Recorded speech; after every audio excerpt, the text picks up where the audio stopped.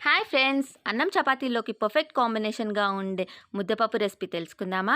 ముందుగా మసూరు పప్పు ఒక హాఫ్ అన్ అవర్ పాటు నానబెట్టేసుకుందామండి. ఆ తర్వాత ఆనియన్ అండ్ పచ్చిమిర్చి కాస్త పెద్ద పెద్ద స్లైసెస్గా కట్ చేసేసుకొని ముందుగా నానబెట్టుకున్న పప్పులో యాడ్ చేసేసుకుందాము. ఆనియన్ అన్నది కాస్త పెద్దగా కట్ చేస్తే ముద్దపప్పు రెసిపీ అనేది చాలా టేస్టీగా ఉంటుంది. ఆ తర్వాత కరివేపాకు, క్రస్ట్ గార్లిక్, పసుపు, జీలకర్ర వేసుకుందాము. జీలకర్ర అన్నది ఈ టైంలో వేసుకుంటే మనకి టేస్ట్ అనేది చాలా ఎన్హాన్స్ అవుతుందండి. ఆ తర్వాత మనము ఆయిల్ వేసేసుకొని కుక్కర్ విజిల్ పెట్టేసుకుందాము. కుక్కర్ ఒక 5 విజిల్స్‌కి పెట్టేసుకుంటే సరిపోతుందండి. మనకి పప్పు అనేది చాలా సాఫ్ట్‌గా అయిపోతుంది. చూడండి, పప్పు అనేది చాలా సాఫ్ట్‌గా అయిపోయింది. ఆ తర్వాత మనము సాల్ట్ వేసుకోవాలి. ముందుగా సాల్ట్ వేసుకుంటే మనకి పప్పు అన్నది ఉడకదండి. సో, పప్పు మొత్తం ఉడికినాకే మనము సాల్ట్ వేసుకోవాలి.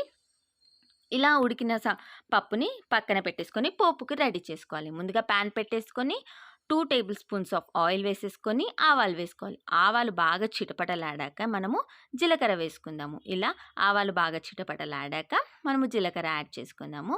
జీలకర్ర యాడ్ చేసుకున్నాక కాస్త కరివేపాకు కూడా వేసుకోవాలి.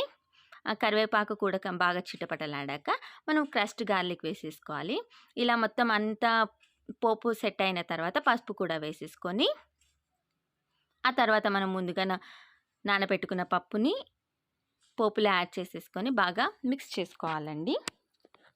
మనకి ముద్దపప్పు అన్నది చాలా రెసిపీ రెడీ అయిపోయింది. మనకి ఈ పప్పు అన్నది రైస్‌లో అయినా, చపాతీలో అయినా చాలా బాగుంటుంది. నేనైతే ఎప్పుడైనా రైసే ప్రిఫర్ చేస్తాను. మీరు ఎందులో ప్రిఫర్ చేస్తారో నాకు కామెంట్స్‌లో చెప్పండి.